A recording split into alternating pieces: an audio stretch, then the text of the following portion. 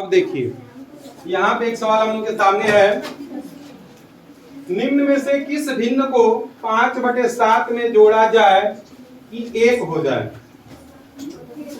यहाँ पे भिन्न आप लोगों के सामने है, करे कि किस भिन्न को, ए ऑप्शन जो दिया है 4/2, बी ऑप्शन दिया है 6/21, सी ऑप्शन दिया है 5/3 और डी ऑप्शन दिया है 6/14। इन चारों भिन्नों में से किस भिन्न को 5/7 में हम जोड़ देंगे कि हमको 1 प्राप्त हो जाएगा, 1 मिल जाएगा। किसी को नहीं है? कोई ऐसा भिन्न दिख रहा है जिसको हम लोग जोड़ दे तो हो जाएगा? दिख रहा है? अच्छा, किसको किसको दिख रहा है? किसको किसको इसमें से भिन्न दिख रहा है कि जोड़ देंगे उसको तो हो जाएगा 1? वैभव सिंह, आपको दिख रहा है? 6/21 को जोड़ देंगे तो हो जाएगा? नहीं होगा? 6/14 को जोड़ देंगे तो हो जाएगा? चलिए देखिए सब लोग, देखिए थोड़ा सा घुमा दिया इसलिए आप लोगों को दिक्कत हो रही है। कोई दिक्कत नहीं है। देखिए कह रहा है कि 5/7 में इस भिन्न को जोड़ा जाए ठीक हो जाए। सबसे पहले तो हमको ये जानना जरूरी है और बताया भी है तुम लोगों को कि भिन्न 1 कब हो जाता है।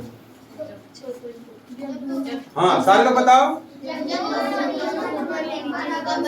जब अंश और हर दोनों बराबर हो जाता है।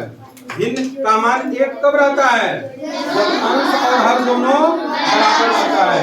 तो 5/7, 5 कम है ऊपर, तो कितना और ऊपर जुड़ जाएगा कि वो भी 7 हो जाएगा? 2। तो इसका उत्तर तो यही हो सकता है कि 2/7 को जोड़ देंगे तो 1 हो जाएगा।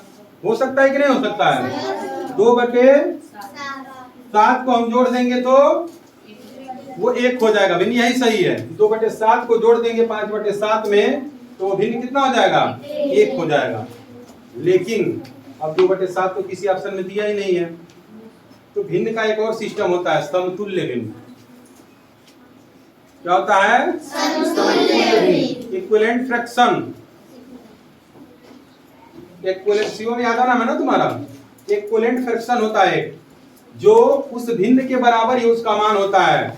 कब? जब हम ऊपर और नीचे दोनों में समान संख्या से गुणा कर दें या भाग कर दें तो उस भिन्न के मान में कोई अंतर नहीं आता है। तो देख सकते हैं कि 2 तिहाई 6 और 7 त्रिका 21। तो 6/21 हो जा रहा है कि नहीं इसका मान? 6/21 ऑप्शन में दिया है कि नहीं दिया है? तो ऑप्शन नंबर 20 का क्या हो जाएगा? सही हो जाएगा। इसी का समतुल्य भिन्न है ये। 2/7 का समतुल्य भिन्न है 6/21। तो 6/21 हमारा ऑप्शन जो है वो सही हो जाएगा। जितना मान 2/7 का है उतना ही मान 6/21 का है और नहीं। 2/7 अगर इसमें हम 5 का गुणा करते 2×5 और इसमें भी 5 का गुणा करते 7×5, इसका भी मान उतना ही है। जितना मान 2/7 का है उतना ही मान 10/35 का है, उतना ही मान 6/21 का है। कभी भी ये ध्यान रख लेना, अगर कोई भिन्न है, फ्रैक्शन है, तो उसके अंश में और हर में दोनों में समान अंक से या तो गुणा कर दें या समान अंक से दोनों में भाग कर दें, तो जो भिन्न प्राप्त होगा उस भिन्न के बराबर ही होगा। उसका वैल्यू कितना होगा?